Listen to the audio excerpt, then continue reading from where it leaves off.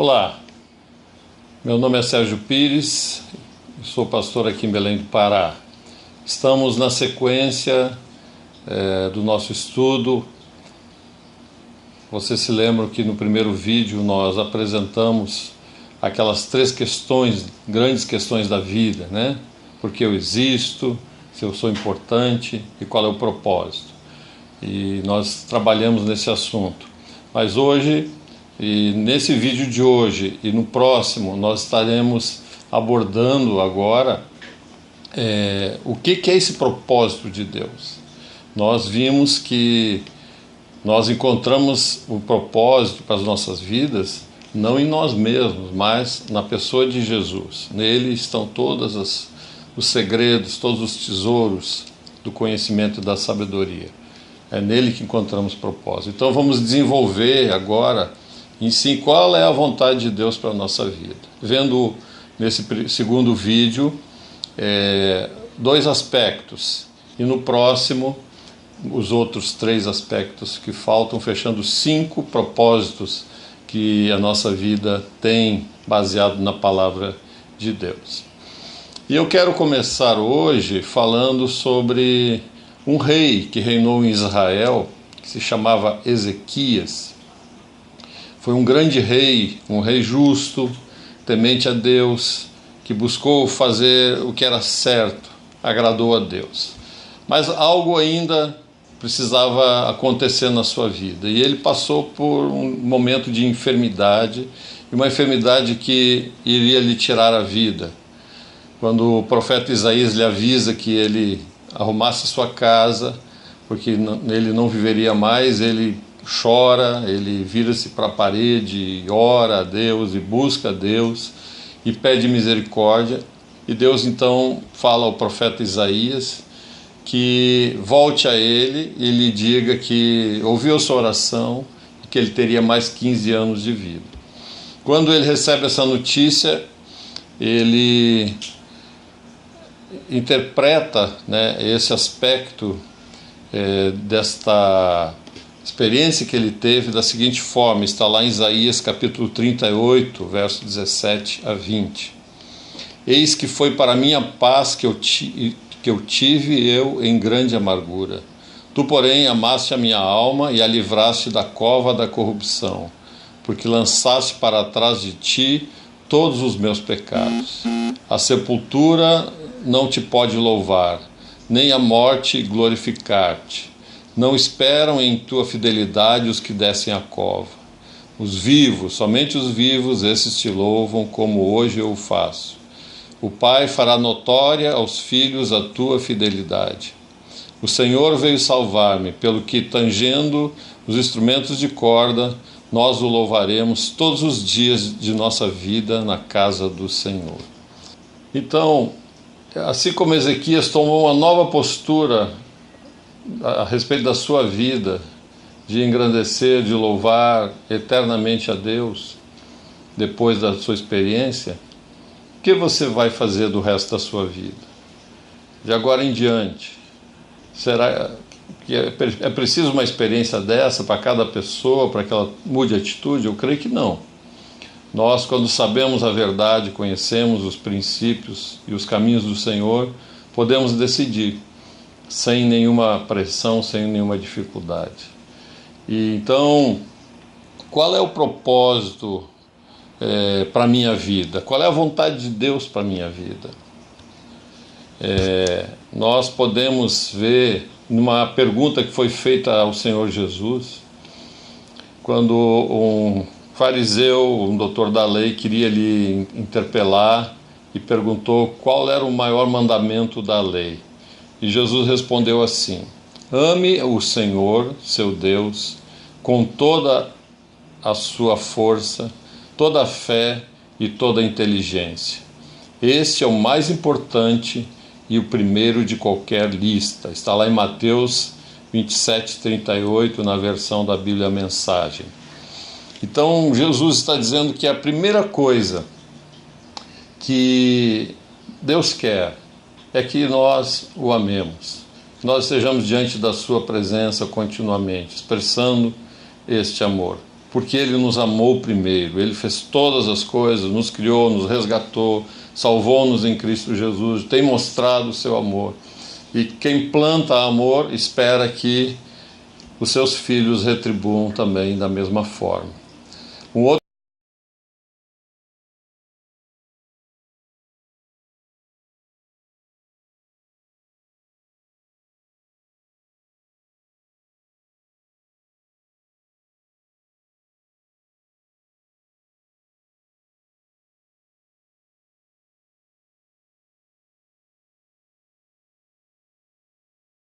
de Deus, que só contribui para o bem, virá e os acalmará.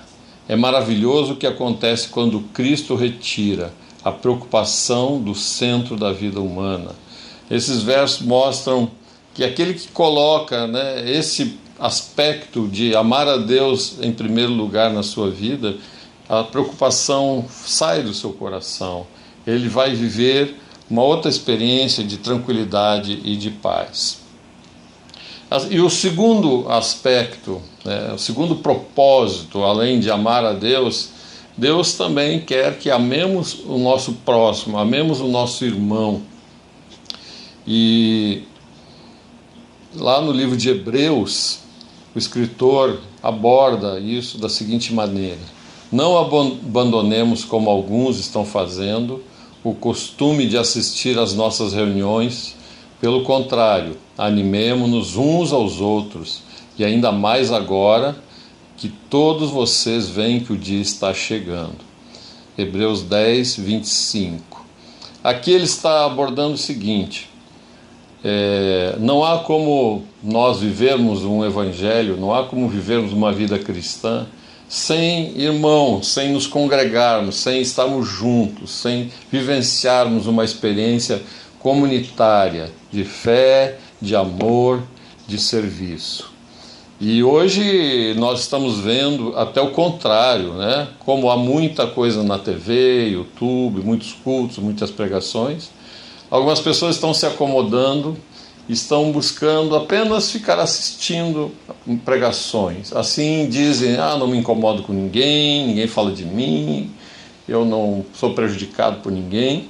Mas, amados, o amor de Deus, Ele suportou-nos, Ele perdoou-nos, Ele quer também que expressemos da mesma forma este amor para com o próximo. E só teremos essa experiência quando a gente está junto. Como é que eu vou perdoar se nunca sou ofendido por alguém?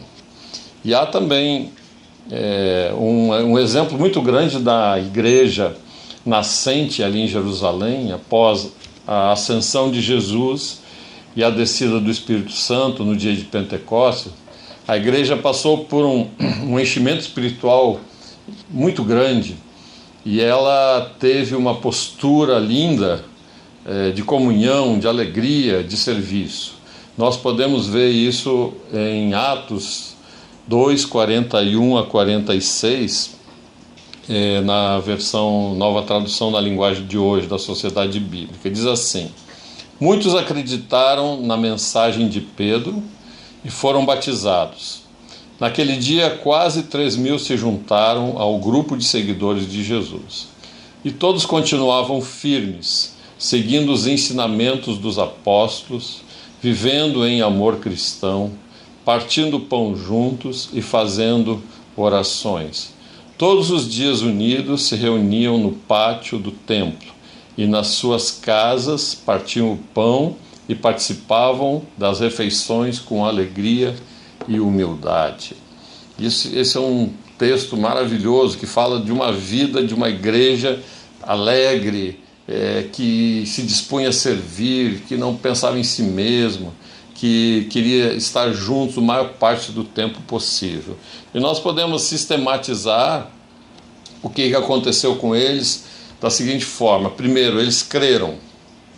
Crer é fundamental, crer no Senhor Jesus, crer no Deus Pai, crer na salvação de Cristo Jesus, crer que Ele enviou o seu Espírito Santo e Ele quer fazer parte da nossa vida, dirigir-nos, encher-nos, fortalecer-nos.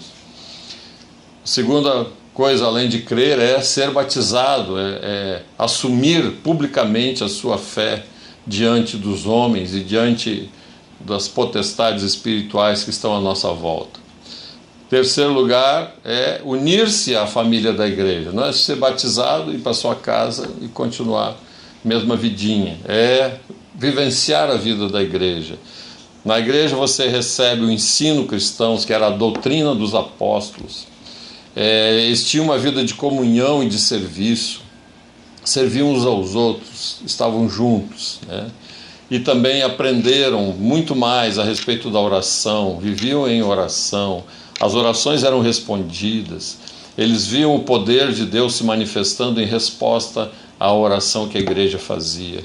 Eles também participavam da adoração pública, eles se reuniam juntos naquela época no templo, no pátio do templo de Jerusalém, e também em grupos menores nos lares. Ali faziam refeições, ali eles tinham comunhão, ali oravam, buscavam a Deus, testemunhavam do amor de Deus e viviam uma vida alegre, pujante, uma vida que a igreja precisa ter, precisa resgatar. Então, resumindo, os dois primeiros propósitos são extremamente importantes para nós termos muito bem na nossa vida. Isso é a vontade de Deus para a nossa vida. Muitas pessoas perguntam, qual é a vontade de Deus para a nossa vida? Está aqui na palavra. Então, amar a Deus sobre todas as coisas é o primeiro propósito. Se falhamos nesse, dificilmente cumpriremos qualquer outro. E o segundo é amar os irmãos, é amar estar junto, é vivenciar a vida da igreja, é amar o servir a Deus, o servir aos irmãos, servir à comunidade, prestar o serviço do amor de Cristo aos outros. Então, aqui a gente encerra essa primeira parte, né, esse primeiro vídeo de hoje, que é o segundo da série que a gente está abordando sobre a humanidade e seu propósito. No próximo, então, estaremos trabalhando com os outros 3 propósitos de Deus para as nossas vidas. Até breve.